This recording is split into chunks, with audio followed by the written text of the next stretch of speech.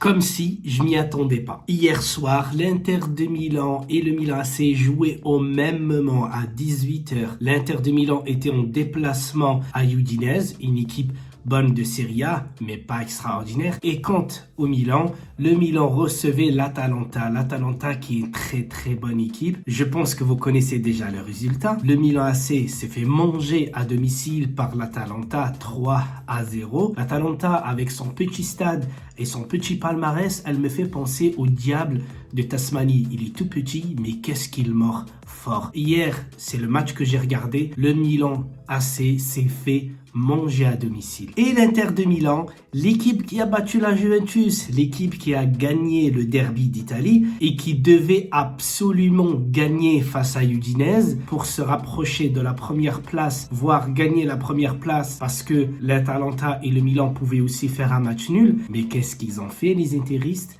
Rien du tout. Rien du tout. Et c'est une aubaine pour la Juventus.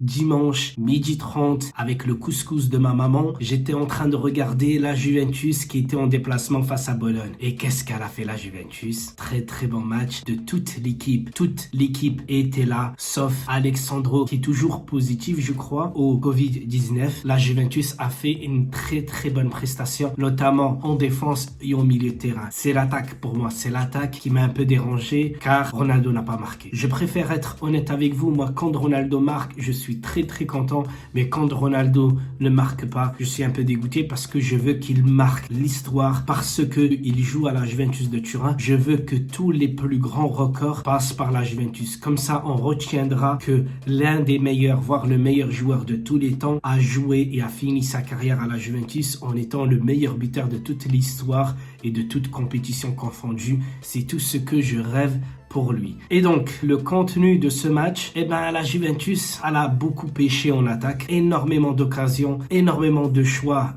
de mauvais choix, avec Bernardeschi, avec Cuadrado, Ronaldo, même si certaines frappes étaient cadrées, le gardien, il a été bon. Sur Bernardeschi, sur Cuadrado, sur Ronaldo. Et heureusement que la Juventus a tué le match avec ce corner de Cuadrado qui a déposé un centre millimétré sur la tête de McKennie qui marque. Ça montre aussi que la Juventus est capable de marquer sur coup de pied arrêté. Et ça, c'est une bonne chose. C'est une bonne chose pour la Juventus parce que chaque fois, on se plaignait que la Juventus a du mal à marquer sur coup de pied arrêté, même si c'est pas un coup de pied arrêté direct. Mais ça montre que voilà, on a de très bons joueurs de tête. Et sans dire beaucoup de choses, j'aimerais juste parler d'un truc vite fait sur Kulusevski. Kulusevski qui a joué second attaquant juste derrière Ronaldo. Et j'ai lu l'interview d'avant-match de Andrea Pirlo qui a dit que Kulusevski était très bon en second attaquant. Je me dis peut-être qu'en fin de saison, malheureusement Dybala pourrait partir, même si je ne le souhaite pas du tout. Mais quand je vois que Kulusevski a simplement 20 ans et qui est déjà à ce niveau très très haut, je me pose quand même des questions par rapport à Dybala parce que